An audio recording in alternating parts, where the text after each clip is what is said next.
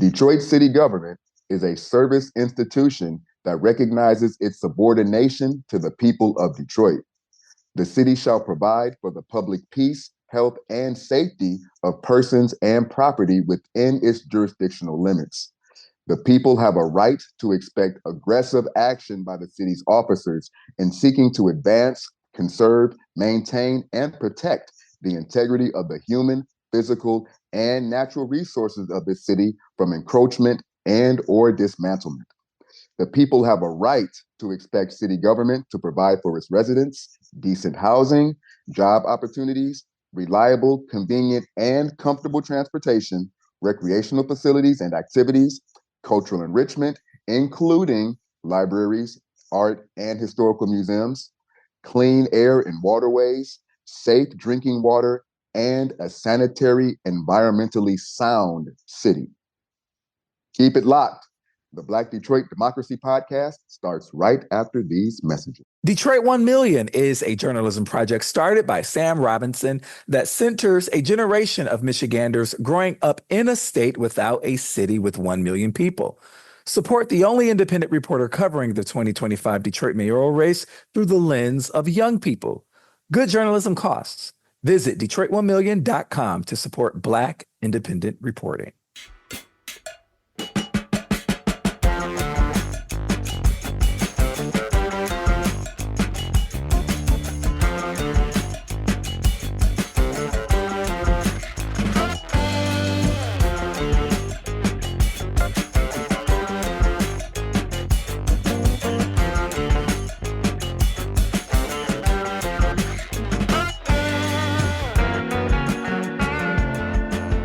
Wake up, Detroit. Welcome to the Black Detroit Democracy Podcast. Every week, we open this podcast with a reading of the preamble to the Detroit City Charter, read by the one and only Bryce Detroit. The City Charter is our Constitution, which defines our rights and the way government should work. I'm Donna Davidson, President and CEO of the Eastside Community Network. And I'm Sam Robinson, founder of Detroit 1 Million. Thank you for listening in and supporting our expanded effort to build another platform of authentic voices for real people in the city of Detroit. We want you to like, rate, and subscribe to our podcast on all platforms. The purpose of this podcast is to encourage Detroit citizens to stay vigilant in the fight for justice and equality with a special call to action for Black Detroit. We seek to build awareness of our history as a gateway to freedom, a beacon for justice, and a laboratory of liberation. Welcome back to the Black Detroit Democracy Podcast. How are you today, Sam? I'm good, Donna. How are you? I'm tired. It's been a long, however many months it's been that we've been focused on this Detroit mayor's race. We had a municipal election last night, all day. We got the results last night, and we got some interesting city council general elections coming up in District 7 and District 5. District 2, also pretty interesting. But, of course, topping it off, Mary Sheffield. More votes for Mary Sheffield combined than all the other candidates combined, excuse me. I think that's pretty surprising. I think in my head I was gearing for above 40%, but her competitors were hoping that she would hover around 35. She is sitting at 50.82% as I'm looking at this at 2:39 p.m. Wednesday, August 6th. The day after the election. Donna, are you surprised? Pleasantly, I'm a little surprised. I expected Mary to be strong, but she's stronger than I expected her to be. I'll explain why it's pleasant in a few minutes. But first, I want to say to my husband, Kevin, happy birthday. It's his 65th birthday. And so he spent last night with me watching me watch television. And, I'm all into the computer. And I feel very fortunate to be married to somebody who supports me in my obsessive passions around politics and doesn't get mad that I can't really pay that much attention. We're going to celebrate tonight because last night I told him it's like 2 holidays in a row. Election days are like holidays to me. I get really excited. I don't know what I'm going to open, sort of like Christmas, and you have no idea what the gift is going to be. Honestly, I was pleasantly surprised because a couple things happened yesterday. One, I really do think that Mary Sheffield has been underestimated and derided in ways that are not fair to her. I saw an article, I don't know why I read it, by M.L. Elric, when he was talking about, Mary Sheffield has been on city council for 12 years, and if she had a problem with all those things, why hasn't she fixed them? And it reminded me of the rhetoric around Kamala Harris when she was running for president, and people kept asking her, why as vice president she had not done things that vice presidents don't have the power to do. And I'm like, is this what happens to Black women, where we're accused of not fixing things that we can't? So it was a pleasant surprise to me to not have those narratives win out, because I don't think it's fair. I was disappointed in some ways that I thought maybe we'd have two women running against each other and we'd be guaranteed a woman mayor, a Black woman mayor. We've never had that, and I wanted to see that. But I believe that if we're going to have a Black woman mayor, she's going to have to win a large enough percentage at the primary elections that we can prevail moving forward. And so I thought that she was strong enough to stand on her own. And in my opinion, after 12 years of service on city council, and I go into it on a Facebook post, given everything that she came into city council experiencing and where we are now, and she stood and she stayed in the trenches during that time frame. And a lot of people dislike and disagree with me, but I do think that anybody who's done that and has continued to lead and represent may have earned their place at the mayor's office. Yeah, I mean, and that seems like it is most likely going to be Mary Sheffield in November. Solomon Kinloch is in second place. He earned about 1,000 more votes than Saunteel Jenkins, that took 16%. Solomon Kinloch took 17%. There was a lot of talk, could Saunteel break through? I wasn't expecting that. I was almost surprised that Perkins didn't get around 7 or 8% of the vote. That's kind of my expectation. If Triumph Church has 40,000 members and 20,000 of them live in the city of Detroit, not all of them voted for their pastor. Yeah. And that's an interesting sort of takeaway for me, is that you're looking at about 15,000 votes. And that was a number that I expected. Mary Sheffield and the ground game that we saw her work. I mean, she was working really hard, knocking on doors with Judge Mathis and Tay Crispy all the way up to the end of the to election day on Tuesday.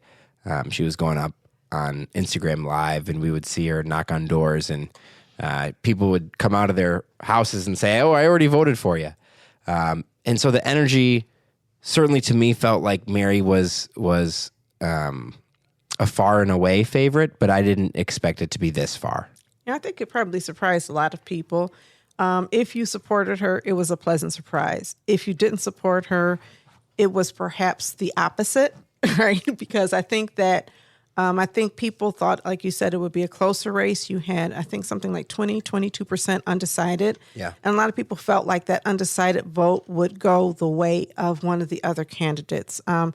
Some of the surprises also, Fred Durhall had no traction. All of the, tens of thousands of dollars invested in him at the last minute by corporate America or corporate Detroit did not, translate into votes. Right.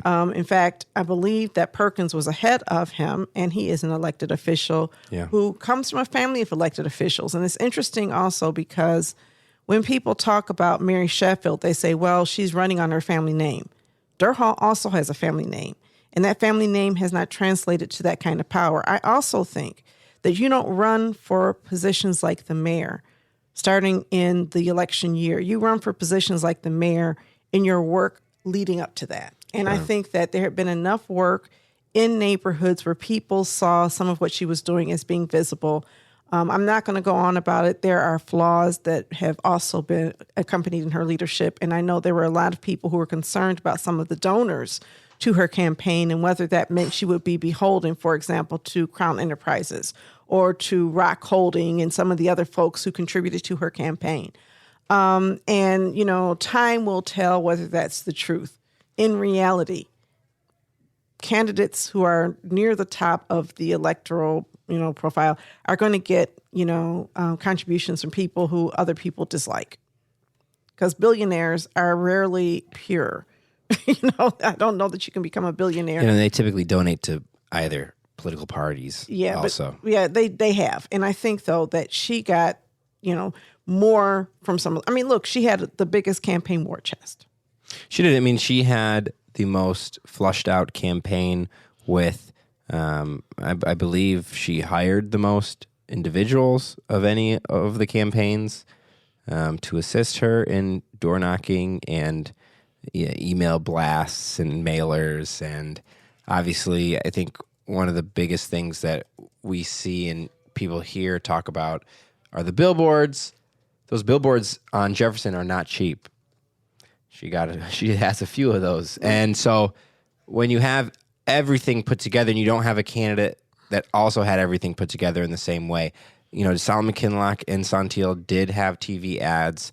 Mary's was paid for by the SEIU. She didn't have to pay for her own campaign. Who paid for the Kinloch's? 13th paid for Kinloch's ad, and obviously that's a dark minus Jonathan Kinloch and his relationships with national figures in the DNC. I mean, the reality is that I don't think campaign ads. Honestly, I don't think the billboards made a huge difference. I don't think the campaign ads made a huge difference. No. I think that people made their decisions based on their impressions of the candidates. Certainly, information that came out impacted people's votes. I remember before all of this happened, when I heard Solomon Kinloch was getting into the race, I was really excited because he was an outsider. And I thought, this is a person who has a mega church and access to a whole bunch of talented people. And he's going to bring a different point of view and possibly challenge the entrenched forces in the city of Detroit government. But what I saw coming out when we interviewed him, quite honestly, was a candidate who said he was going to run his church and the city and refused to acknowledge that there was any, conflict. And I just didn't see how that was. And one of the comments he made, I'm not sure if he made it during the interview or afterwards, was, well, I have enough members where that shouldn't matter. And I thought, wow, that's kind of arrogant. The other thing I saw, though, was a lack of specificity around, controls. And then I heard, I'm running as the people's mayor. And even from the announcement, he had an announcement and nobody was allowed to interview him during the announcement. I think you talked to him. You were the fortunate person, but he was not, making himself accessible for a lot of interviews. And then colleague after colleague, friend after friend participated and hosted community forums, and he didn't show up. And this idea, I don't need to be there. These people think that I'm supposed to be there, but I'm going to be here for you. And when I raised questions, some of his supporters said, I should go to the church and have him explain to me, or a forum that he's hosting, so he could give answers to some of the questions I was raising. And I thought, that's odd. Why wouldn't he be coming to the community? Because we want a mayor who is not beholden to corporate America. I mean, that would be ideal. But we also don't want a mayor who does not feel beholden or does not feel like he needs to be accountable to the public. And that's a question that I heard a lot of. Would he first think of his members or the residents of Detroit?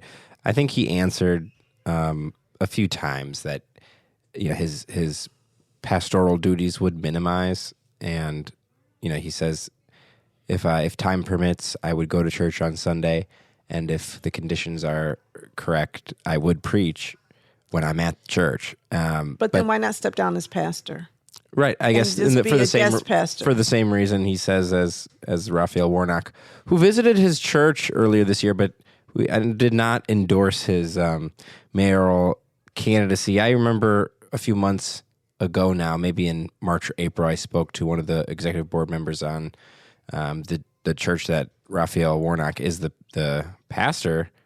Ebenezer Baptist Church in Atlanta. Yes, this man owns a bookstore in Atlanta. I forget the name of the bookstore. But he told me, U.S. Senator is a very different role and job than city mayor, which is a 24/7 around the clock job, versus U.S. Senator, obviously, baked into that job is constant travel and, the sort of statesmanship role of voting yes or no in Congress is very different than making decisions. Well, of course it is. He's a CEO. A mayor is a chief executive officer. A pastor is a chief executive officer. And there's a built-in conflict, whether or not people want to acknowledge that conflict or not. If I'm a member of his church as chief executive officer, I have more political standing than if I'm not a member of that church where he is chief executive officer. If I make contributions to that church, I have more influence, right? Because if money in our political system is speech, and they say it is, then the easiest way for me to be heard is to donate to the church. Not being willing to acknowledge or even resolve that conflict concerns me, quite honestly, because I don't think that there should be a place where you are taking accountability for the well-being of an institution. I'm saying this as a chief executive officer, right? I can't also be a chief executive officer of another entity that is in competition with me being a chief executive officer of ECN. ECN has to be my loyalty. That's where my loyalty has to be, sit. And so if, for example, I'm a chief executive officer of ECN and a chief executive officer of a church, and somebody wants a job here, maybe they should join my church, and that gets them into here, right? There's this built-in preferential treatment that even if people say it doesn't exist, does exist. That's where I saw the issue. Yeah, and I will agree with you that I did not hear a clear answer to that question. If you, it seems pretty clear to me that what you're saying has complete merit, but no, I think the UAW push, it certainly boosted Renata Miller, but how will this race change going into the general election heading into November, where I do think what you're talking about, the feelings that you had early on when Kinloch announced that he was running as an outsider, will he bring some of that rhetoric back? Well, I think the rhetoric is going to be there, and I think there's going to be a whole lot of ugliness. I think so too, yeah. I read some of what Wayne County Executive Warren Evans had to say, and quite honestly, it was disappointing. I think he says we have our horse and we're going to ride it. It was something, whatever it was.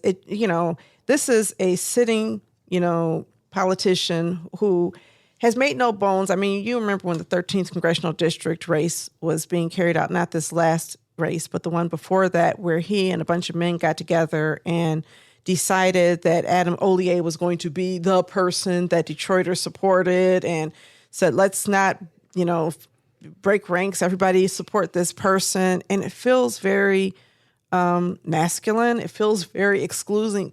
Why is this your position? I can see taking a more balanced position, but I feel as though if I were a campaign advisor, I would encourage a more diplomatic, response. I don't know that people like this kind of show of power that you're seeing at the federal level happening at the city level, where people just say, sure. And then the final thing I want to say about this, because there's some other races that are really exciting, right?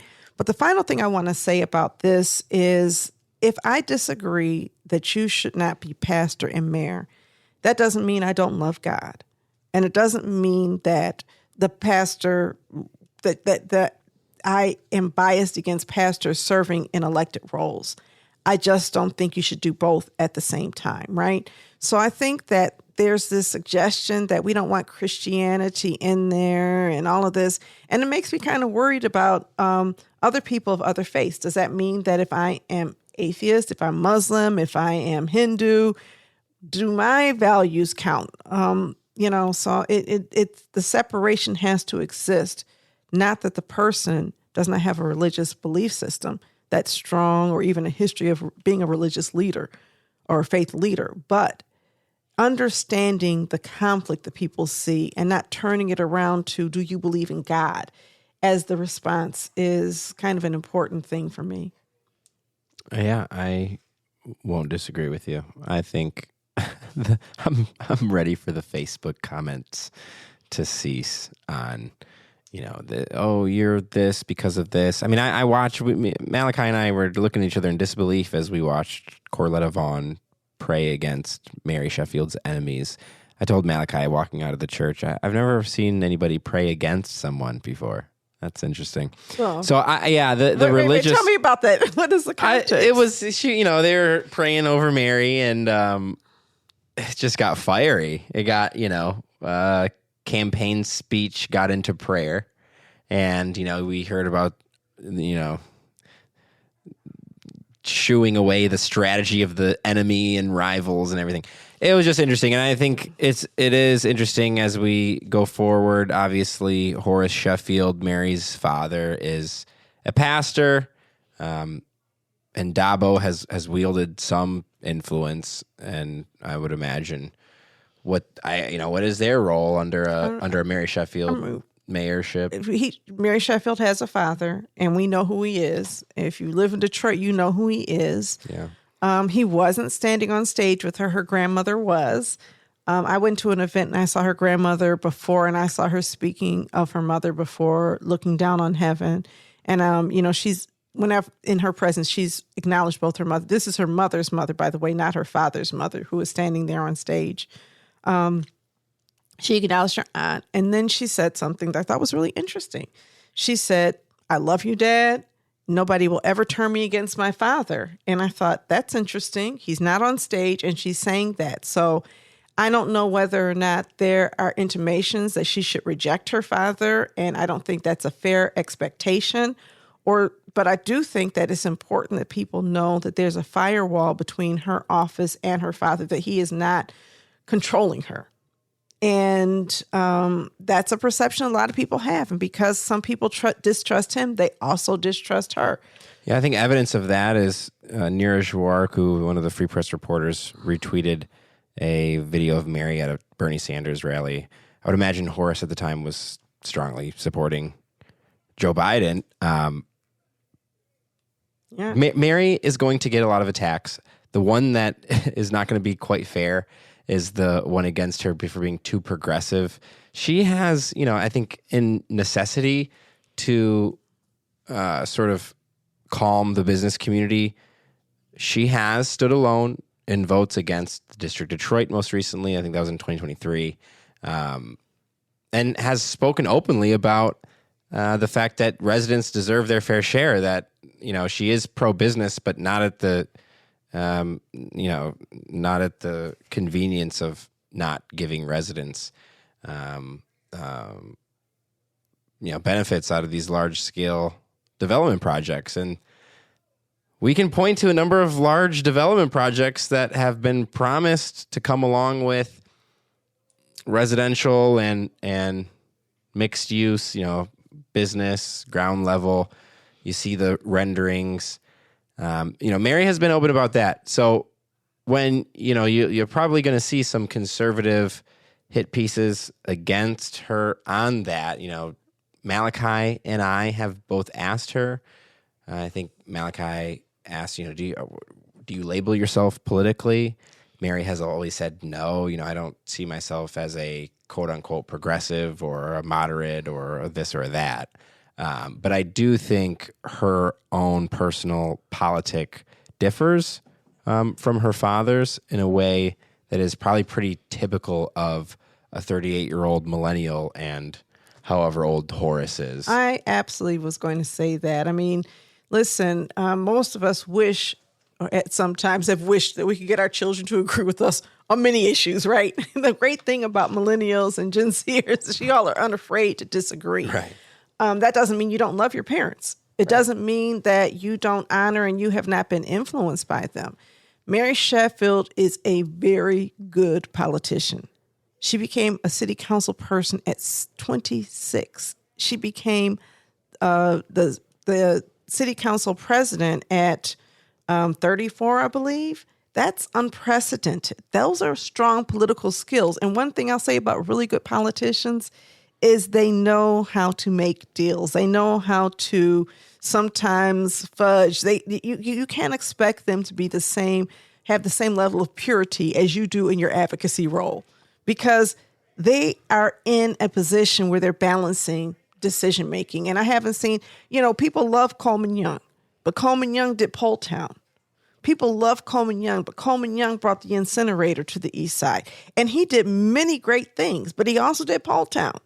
And a lot of people who have almost political amnesia, that the same person they revere for upholding the rights of Detroit citizens also at times violated those rights. And I say that to say there is a role for a politician and there's a role for us. And those are two separate things.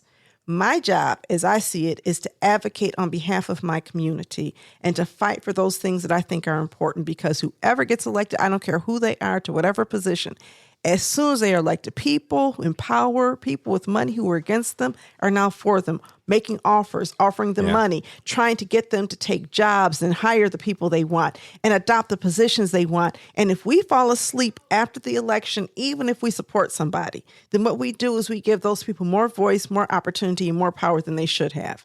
So we are not, once again, electing friends. We are electing people who we believe we can have some influence over, who are best aligned with our thinking. But you know what?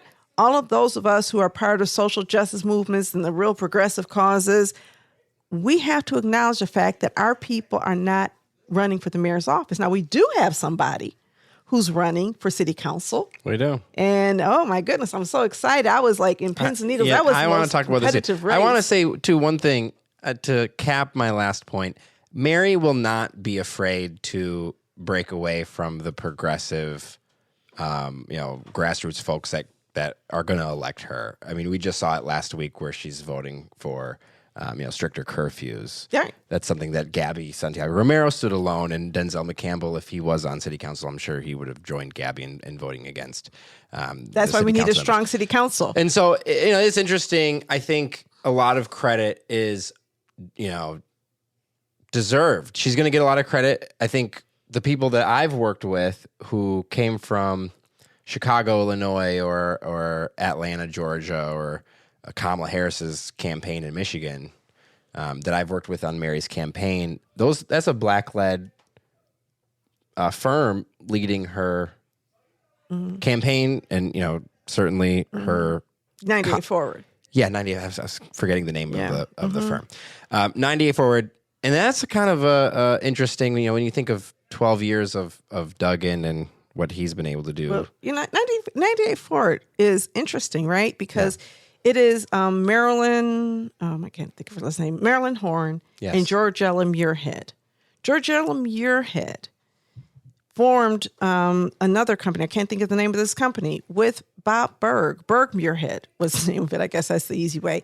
Bob Berg was Coleman Young's voice. He was over his campaigns. And so moving forward, these are Coleman Young. This is like a new generation. And when you hear Horace say 10 years ago, we need a Coleman Young like mayor, I can't help but think, Well, I mean, people have been saying that ever since Coleman Young stepped down, right? And the good mayors have said, I mean, even, Duggan hired a lot of Coleman Young lieutenants. Do you think Mary sees herself? Do you think she lays that at all? And when I was at I'll tell you, when I was at the Michigan Freedom Fund, Betsy DeVos, Charlie LaDuff Forum, when Charlie and Mary were going back, I just couldn't help but think Charlie sees Coleman Young and Mary. I think a lot of people may see it. She's from the city.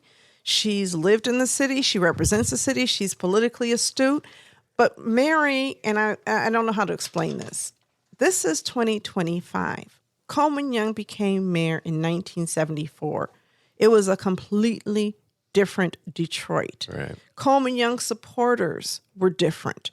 The economy was different. He came of age when he was fighting things that you no longer have to fight, or things that we didn't know we had to fight. Mary Sheffield, actually, if she is elected, will be coming into power at a time that is somewhat similar, though, because at that time you had the withdrawal of support from the state, from the federal government. You had the withdrawal of support from a whole lot of corporations.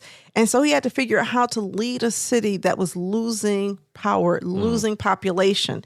Mary Sheffield has to, if she becomes mayor or if Kinloch becomes mayor, whichever one, is going to reside over a city where the federal government is actually looking at the city as, what did he call us, a garbage city or something like that. He does not see Detroit as a value constituency.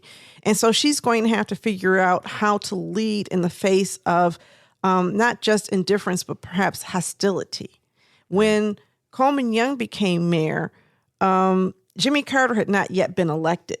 Richard Nixon was the president of the United States. And it's safe to say Richard Nixon did not love us.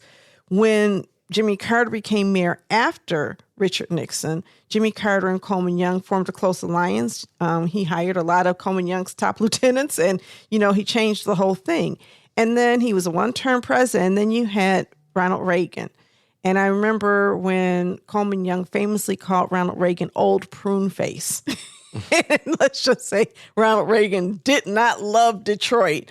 In many ways, Detroit lost prestige, and some people blamed him for being old prune face.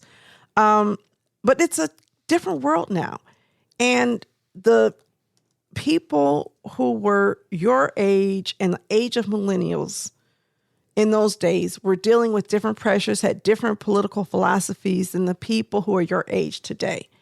I think that Mary Sheffield has a more common touch when it comes to connecting with a lot of those people, a lot of younger people. I think that she is more recognizable. I think that she is more connected. And then you see the kind of marginalization of political elites. There are many, many, many, many people who I love dearly, friends of mine, who did not think Mary was ready for the job. They said she was not mature enough. They cited experience. They cited her temperament and this idea that Saunteel Jenkins was going to bring more of a classy role. But I think she possibly is a politician for a different era than we have right now. Right. And Mary Sheffield speaks to the people who vote in large numbers right now. And so I think it's fascinating. Now, we only had about 17%, just under 17% of the, electorate show up this time. But I want to compare that. I wonder how that compares to the primary 4 years ago. Do you know? What's that? The primary 4 years ago. How does the primary turn out? I had all this the numbers year? opened up, and I just exited out. Okay, I I'm gonna let you believe we did a little bit worse We did worse than the primary a couple of years ago? in 2021. Oh, wow. That's a surprise to me.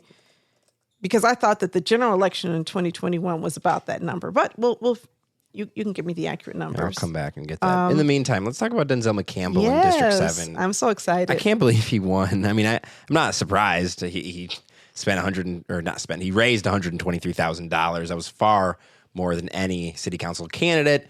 He's going up against Karen Whitsett, who, of course, broke with Democrats in 2024 during the lame duck session. That was the end of Democratic control of Lansing. But look, she didn't break with it. She shut down the lame duck session. She did, yes. To break is to vote against something and have a dissenting vote. But she did what Texas Democrats have done. She boycotted and she stopped them from being able. Yes. She left, and so that was different, right? Joe could have arrested her. He chose not to. District 7, 34% to 33%. Regina Ross. At this point, Regina, she's come close, and she wasn't close this time. Bobby Johnson, 6%. Regina had 25%. She got 2,400 votes. Almost 10,000 votes in the District 7 race in total. Denzel and Karen, I mean, that's a compelling race, right? I mean, that's almost the shades of what it means to sort of be a Democrat in 2025. Two individuals that have, real criticisms of their own party for very different reasons, polar opposite ends on the political spectrum. Karen, I think the best way to describe her would be, sort of a independent Democrat or a moderate Republican-leaning Democrat or a conservative Democrat or even a dino. What would you call her? I mean, I think that you always have these spoilers. Sisima and who's the guy from West Virginia? I can't think of his name. Joe Manchin. She's a Michigan Manchin, right? Yes, she is. She voted against abortion provisions within legislation to codify it. But she actively worked to undermine the party. Yes. And there were a number of things at risk. It wasn't just the party. It was community violence intervention. It was water affordability. Let's name what she was undermining. She was not just undermining a political party. She was undermining causes that this party was promoting. And she was using explanations for it that don't hold water. So If somebody just disagrees politically, it may irritate me. What she did caused permanent harm because now you have a new party coming in, and the new party coming into the House is not going to adopt any of those things that so many progressives that work so hard to put in front of people. And yes, there are legitimate criticisms against Joe Tate, but she was not harming Joe Tate. She harmed community violence intervention. She harmed water affordability and many other causes. And I think she should be held accountable for that by voters. I think that sometimes there's this tendency to sort of hold the punches. And I think we've got to punch hard. If you believe in those things, if you believe people should have access to water that's affordable, you cannot agree that it was okay for her to stop those bills from passing based on some political philosophy that did not make sense to most voters, nor did they reflect the will of her people. So for me, if Denzel and Tom McCampbell was not running, I would have supported Regina Ross, even though I don't run in that district. But then you have Denzel, who is more than just a progressive. He's a really good person to me. He's a member of the Democratic Socialists of America Detroit branch, Yes. dues paying member. But let's talk about Denzel, the human being, because we're not electing parties. We're electing human beings. Detroit has a nonpartisan election process. Who is Denzel? I think Denzel is a person who has principle, has a great deal, a number of ideals. He's measured, he's thoughtful. And the reason he was able to raise that money is not because of his association, although I'm sure that contributed. It's because of his person. I went to a fundraiser, and I'm going to go on record and disclose I gave him money, and I don't live in District 7, just because I think we need that kind of leader sitting on city council. The Working Families Party says it knocked over 9,000 doors on behalf of Denzel McCampbell. Certainly, Democratic Socialists of America across America helped fund his campaign committee to $123,000. That was the most of any council candidate. Karen Whitsett last week told me that of the conversations that her staff had while phone banking, 61% of them told me that they were going to vote for her. So I was pretty confident that Karen would make it through to the primary.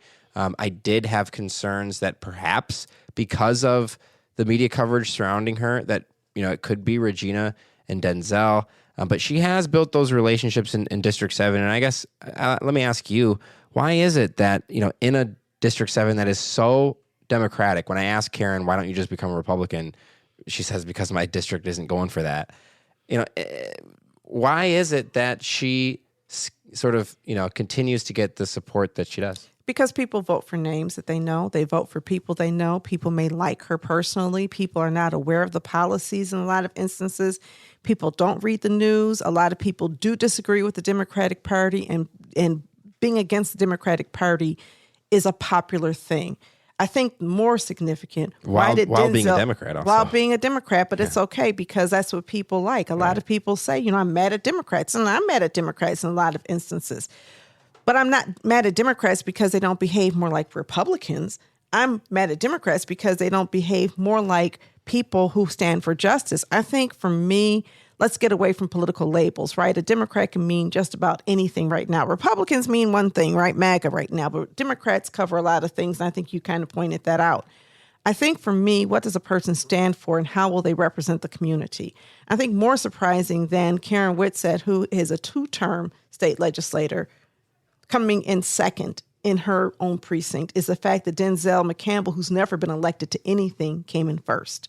He started out the race. I watched it all evening. It started out, he had a big advantage, and all of a sudden he had a big disadvantage, and I was really dismayed. And slowly, he closed the gap, and at the last minute, he overtook her, and it was a real pleasant surprise to me to see him prevail like that. Yeah, I was surprised to see him get the nod above Regina Ross for the endorsement for the Black Slate. Candia Milton is the president of that organization. He told me, with the Black Slate being a grassroots-born political action group that dates back to the 1950s, a person in community, the way that Mr. McCampbell has been in community, is really a throwback.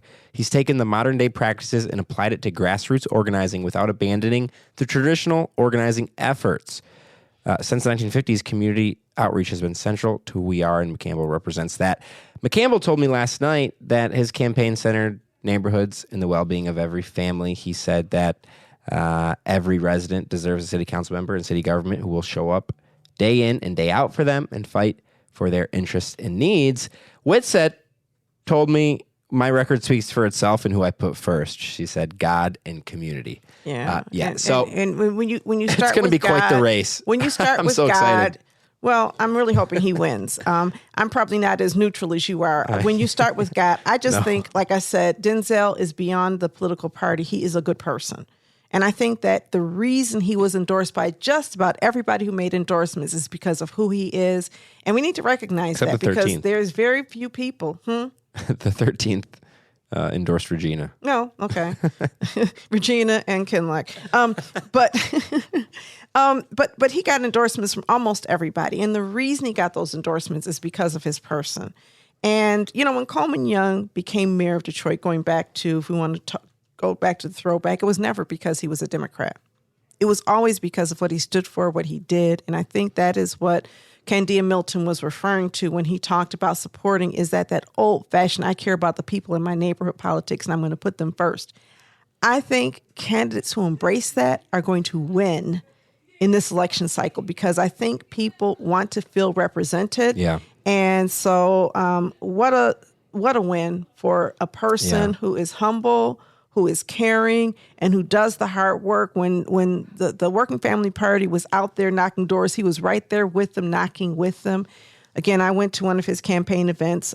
We have a couple other council races, though, so let's talk about those. District 5 is going to be really interesting. Renata Miller is the UAW-backed candidate. She really went hard on the streets. Her ground game was far and above every other candidate. She has a vocal group of opposers. I think we're going to learn more about that in the next few weeks. Her role as the Historic Indian Village Association president has been under scrutiny by her neighbors. Who say that they're going to take her to court over actions that she did as president.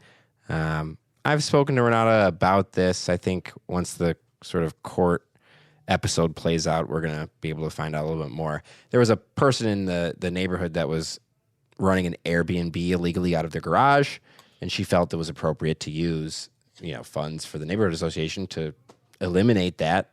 So she feels to eliminate what? To eliminate the person that was running the Airbnb out of their garage, to stop him. Well, I mean, I think that we have to look at public policy. I don't know enough about that fight. It would be very interesting to hear from somebody without knowing more.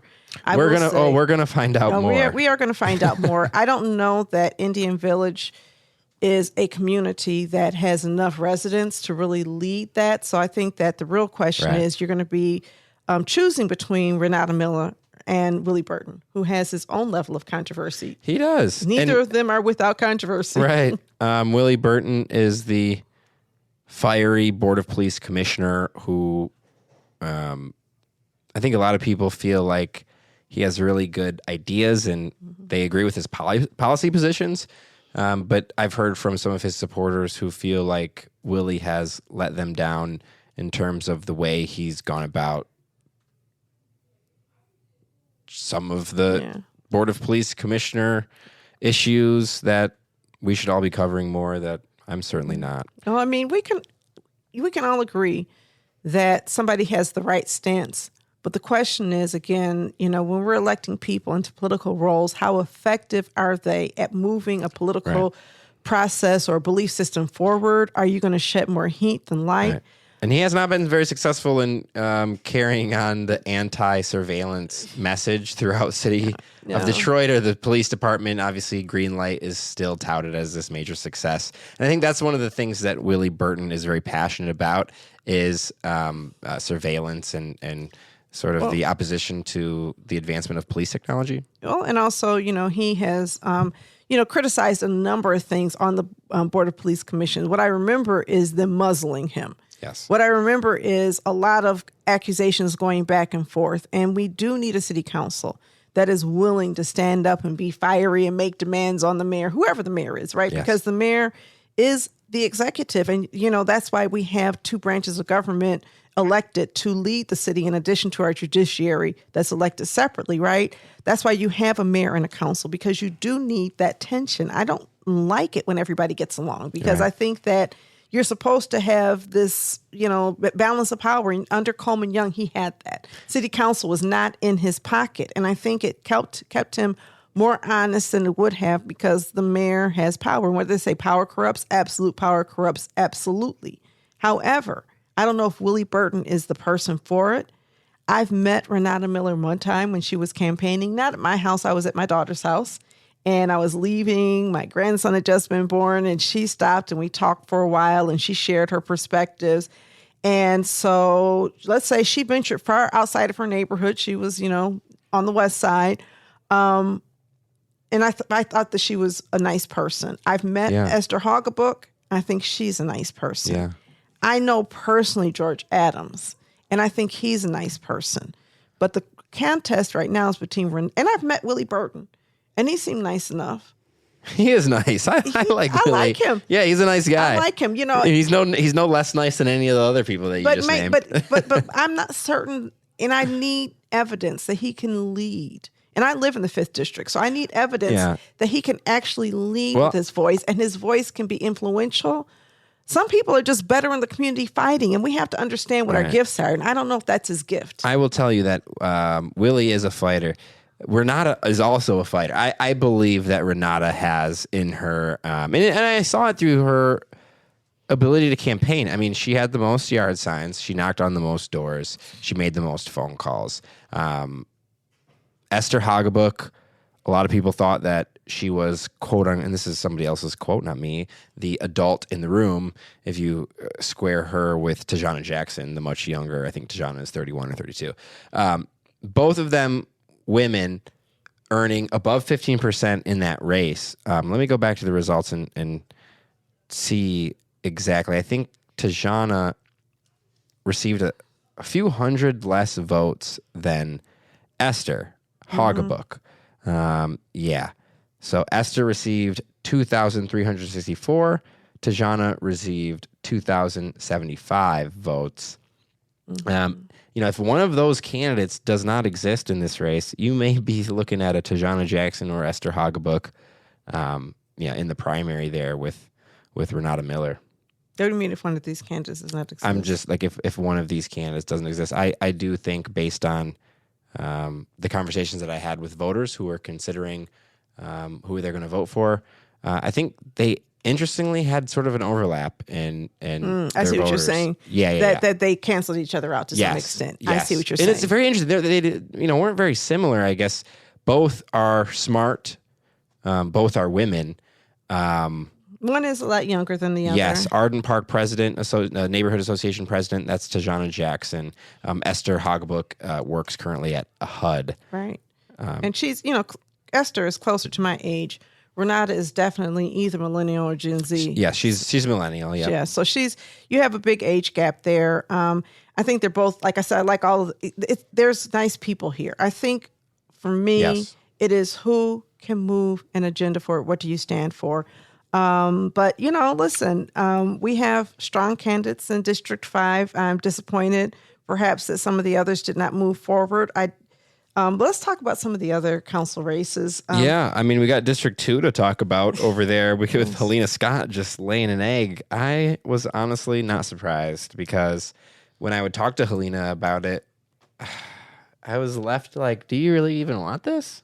Well, you have a sitting city council person, Angela Whitfield Calloway, who is another person who, kind of is a very outspoken person. And people like it. And I told that to Helena once, and she was like, do they, Sam? And I'm like, yeah, they like her. She goes viral on my Twitter every time I tweet her out.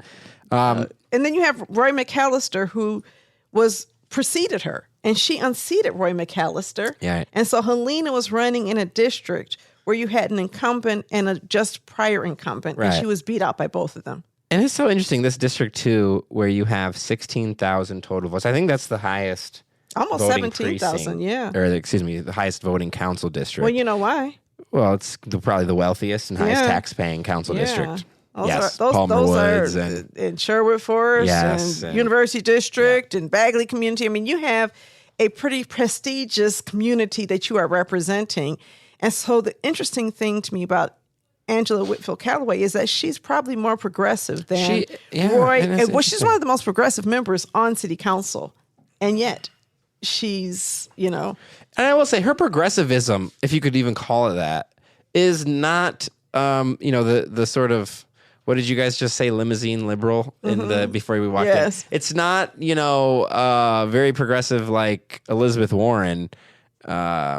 It's not even progressive in the Zoran way. It's more, it's like Detroit progressive. Detroit is a conservative city. Can we talk about the fact that Detroit is majority black city, a majority Democratic city, but it is religious conservative controlled. And so we are not going to be pro women's rights. We're not going to be going too far in reproductive freedoms. We're not going to be going too far in LGBTQ freedoms or environmental justice.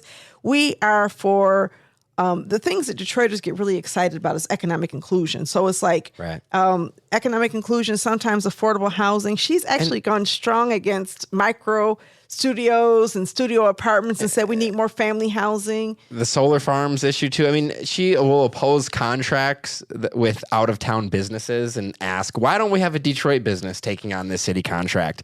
Whether it's that or opposing Bedrock's plan to redevelop the Renaissance Center. She often will stand in Duggan's way on issues, no matter if she's standing alone. She often does. And unafraid to stand alone. And so people say she's, they marginalize her voice. She's probably her and Mary are some of the loudest voices on council still advocating for restitution over the $600 million in tax overassessment. She is still somebody that says, what can we do? She asks her colleagues and will constantly remind folks at city council that if this were to happen in any other community, I'm going to say this. I met her for the first time when I was at the Mackinac Policy Conference and learned then that she follows me on Facebook and she likes all of my radical ideas. So you say she's Detroit progressive, but she is, actually identifies with a lot of the values that I've espoused. And that was a big surprise to me. She introduced me to her daughter and said, oh, this is Donna. And Sydney is also, that is a person that is a true progressive, right? Yeah. Sydney is a Gen Z. Her daughter has a role on Detroit's reparations task force that I think as we move into the general election with Mary Sheffield. We were trying to get her on this show, weren't we? Yeah, we were. Point? Yeah, come on down, Sydney. You're still very welcome to come on. And she wanted to come on with her daughter. So I think we can get them both on. That'd be really great. It was like mother and daughter. And I think it's kind of interesting, too, to me, because what it speaks to me, too, is something that's very near and dear to me, is a mother who actually listens to her children.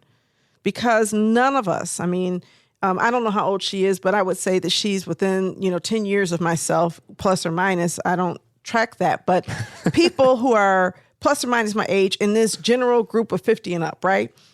People who are part of this age group, we were raised in a different world. And that's what I mean about Mary Sheffield and the politics of Saunteel Jenkins is that we were raised in a different world and our politics were different. The extent to which I'm more like my millennial children means that I had to shift with them because I had old style politics and old style political beliefs because that's what we were birthed into. And I think that it's perhaps possible that that Angela Whitfield Callaway has also shifted with her daughter. She's listened and learned, and the fact that she includes her in her administration and travels with her speaks, volumes to me of her as a potential leader. I don't know that Roy McAllister has that same willingness to hear from younger generations. I will say that he is a listener. Okay. I don't know him. I spoke to McAllister at length at the Michigan Democratic Convention. I also spoke to him up on Livernois for a Avenue of Fashion event. I've spoken to him recently at a candidate forum, I believe, that Bridge Detroit hosted. And he is a big champion of mental health investment. He feels like that's his top issue every time you talk to him. He's championing something that he is doing related to men's mental health, particularly. That's his issue that he's passionate about. There's a lot of people that really like Roy, but we'll see going into November what it looks like after the 4th of November. We're going to do this all over again, and this is going to be so exciting because I really don't. I'll be honest with you guys. I don't know. I think it's a toss-up between Willie Burton and Renata Miller. And 5, I think it's a toss-up between Denzel McCampbell and Karen Whitsett. And 7. And 2 is the race that I have spoken to the least amount of voters in. Mm-hmm. And so I got to do a little bit more work to find out in District 2. Yeah, I think that'll be interesting. I think also at large is sort of like, it was anticlimactic, right? It was. We figured that Marion Coleman would come out. Obviously, the top 4 in this race move on to the general election. But the gap between them and everybody else is very large. Yawning. Yes. I mean, James Harris received 10,000 votes, 10,647. That's good for 7%. Janae Ayers received 20,000 votes. She doubled James Harris's number. James Harris, I believe this is the first time that he is appearing on a ballot. And so if I'm James Harris, I think, I had a pretty good turnout. Shakira Lynn Hawkins has been around the city. People know her. Gary Hunter, everyone knows her. She ran for 13th, and she was forced to step down from the city's law department. Yes. When she ran for 13th in the last cycle. LaVon Adams. So if I'm James Harris, I'm really proud to have gone to the general election, no matter, how much I lose by on November 4, because that's certainly what I would expect. I think with Coleman Young and with Mary Waters, it speaks to the power of incumbency. And it speaks to the power of seniors in Detroit. I mean, Mary goes hard on getting seniors downtown comfortable living situations and affordable housing.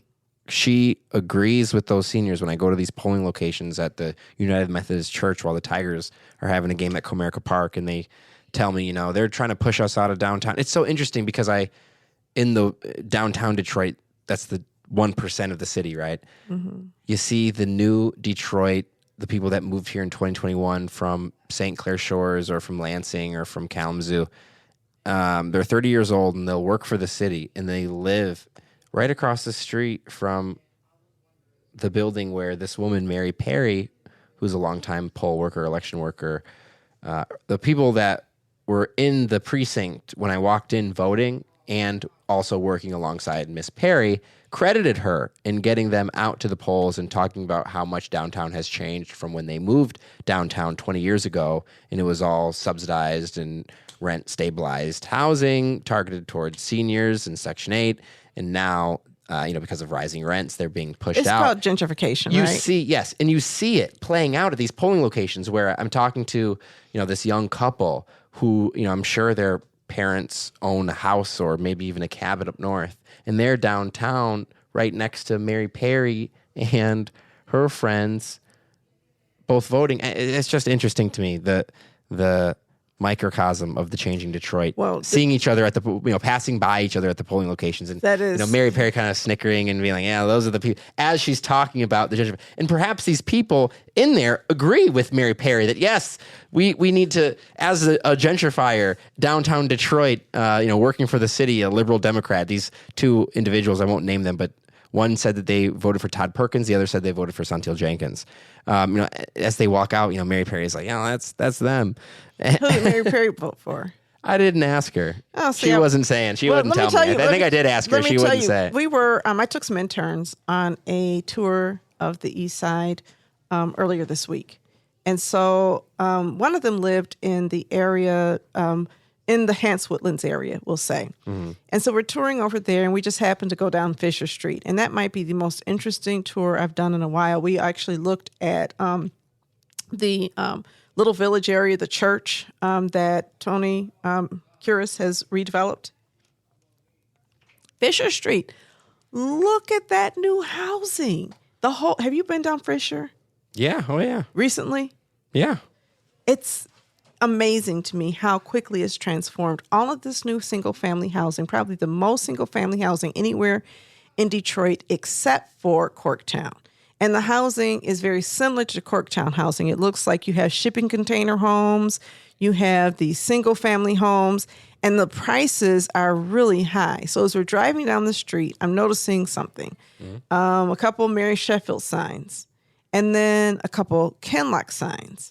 And so I took my husband through there last night so we could, look around. And I saw this white couple, senior citizens, sitting on the porch. And I was like, wow, they look wealthy. They're sitting on the porch of this new home.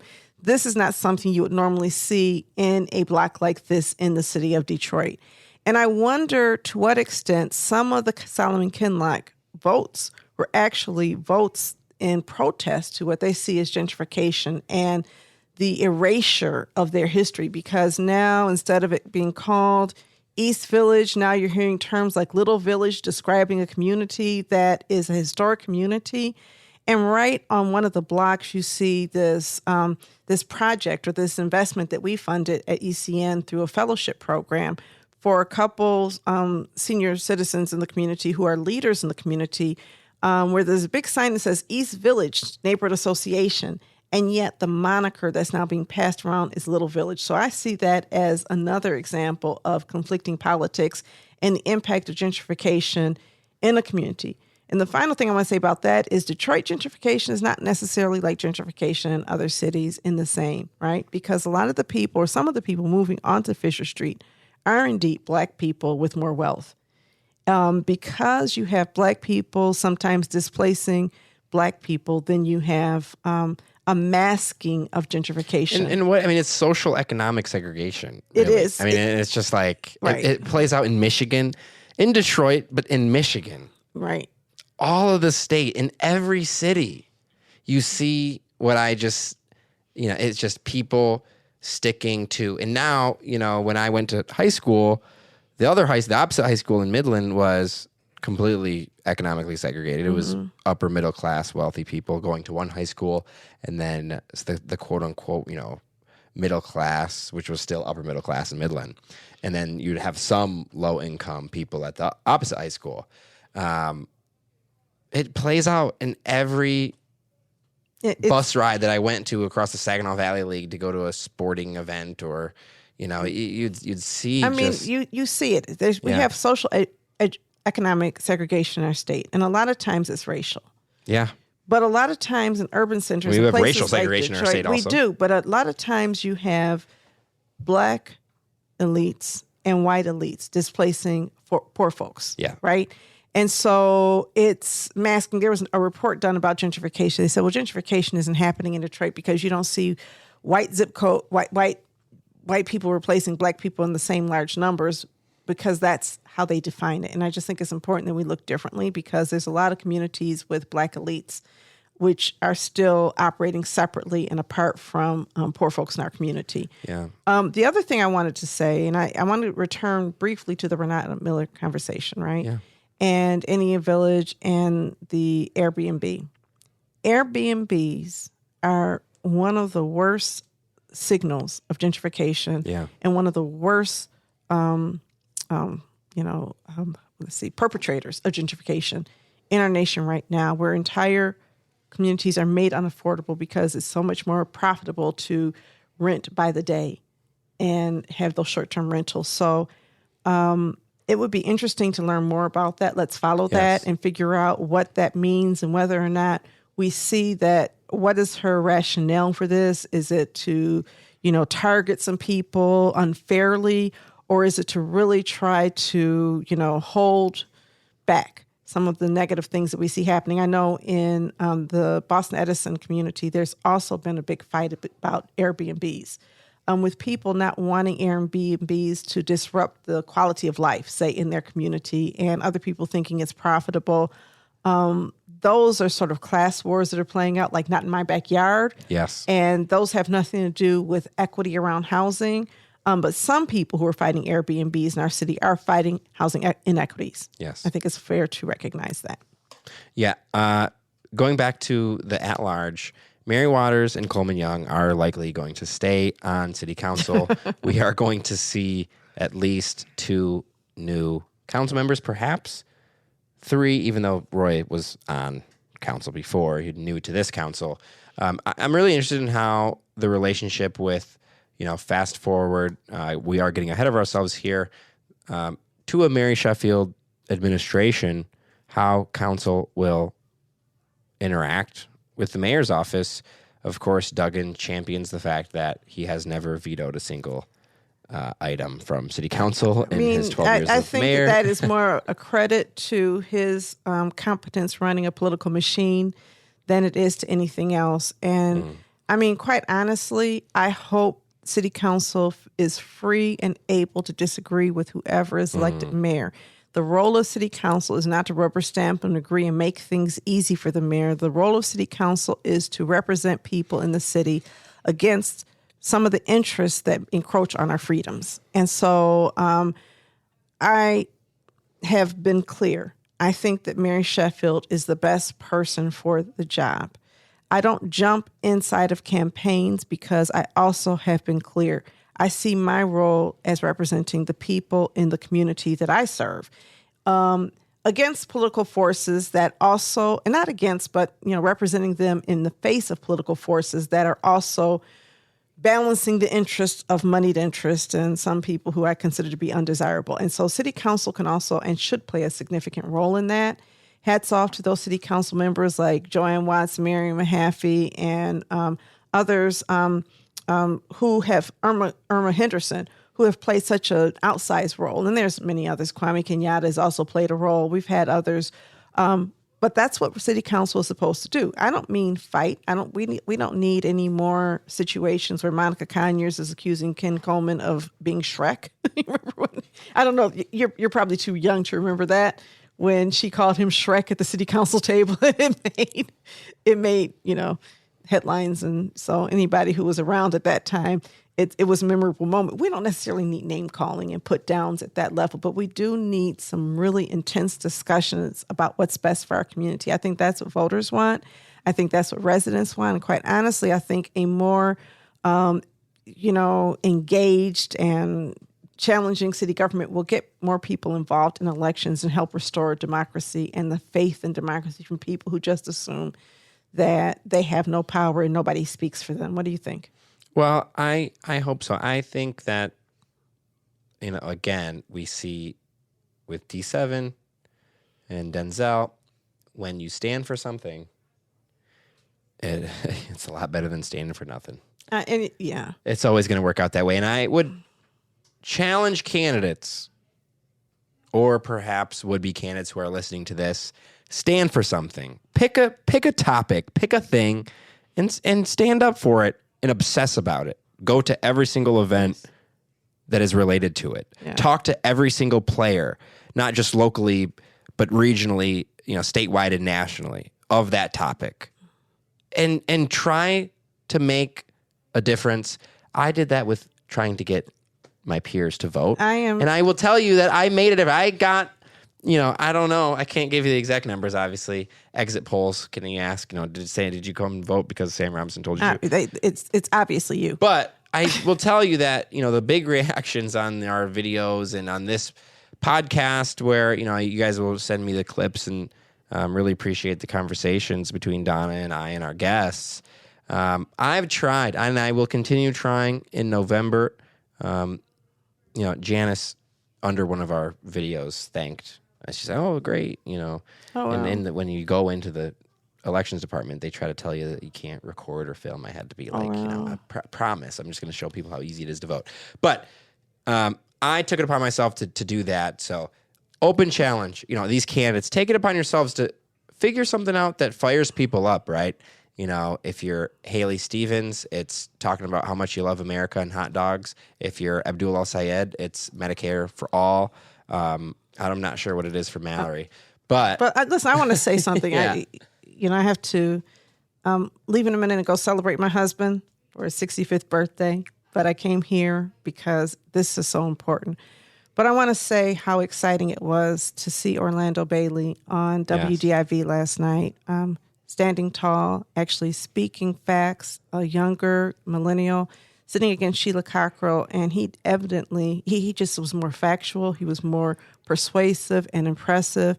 And I thought, oh my goodness, look at this. WDIV is actually allowing somebody to speak on behalf of people who are not being spoken of. And then I learned this morning, although you didn't tell us beforehand, that you were on Fox 2. Yes, Malachi and I were on Fox 2. I was on with Aaron Johnson and then Roop Raj a little bit later. But I was at the studio from 9:40 to like 11:30 last night. So we were there for a minute. So I appreciate Roop Raj a lot. I mean, he is a really good guy. Being in that studio, it's so interesting because you just are like feel like you're inside the belly of a beast. So I just feel incredibly privileged to co-host 2 podcasts. One with a Gen Zer like yourself, who was on Fox 2, really speaking up and being unafraid to be a spokesperson and a person who you don't really choose sides as much as I wish you did, but you're way too neutral for me. But you're also unafraid to speak truth to power. I'll tell you that I sacrifice my own opinion because I don't want to be a person that is influencing people to decide because I'm not an endorser, nor do I ever want to be somebody that a candidate or a politician can say, well, Sam's on my side. I never want that. You are a journalist. I am. In the purest sense.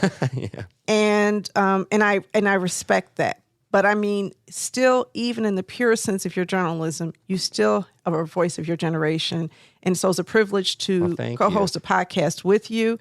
And with Orlando, who is also a journalist, who is not nearly as opinionated as me. Very few people are, but also on Authentically Detroit. So thank you for agreeing to be part of Black Detroit Democracy Podcast. Last night was a proud night for our podcast because our voices then end up on TV stations across the city. So across the state. Across the whole state. Yeah, both of those are statewide things. So shout out. You are my media sons, right? Yes, exactly. And I just want to say again, thank you guys for getting out there and voting. There is another election, so please, don't forget to vote in that one also. But it's going to be a really interesting and exciting couple months. The conversation surrounding Mary and Kinloch, and of course Karen Whitsett and Denzel McCampbell, Renata Miller, Willie Burton, and Roy McAllister and Angela Whitfield Calloway. All right. Well, thank you for listening. If you voted, thank you for voting. If you didn't vote, better luck next time. Show up at the polls. If your candidate won, congratulations. If your candidate didn't, remember, you are not electing friends. You are electing political elected officials. And regardless of who wins, it is your job as a resident, as a citizen, and as somebody who cares about causes to continue holding people accountable even after the election.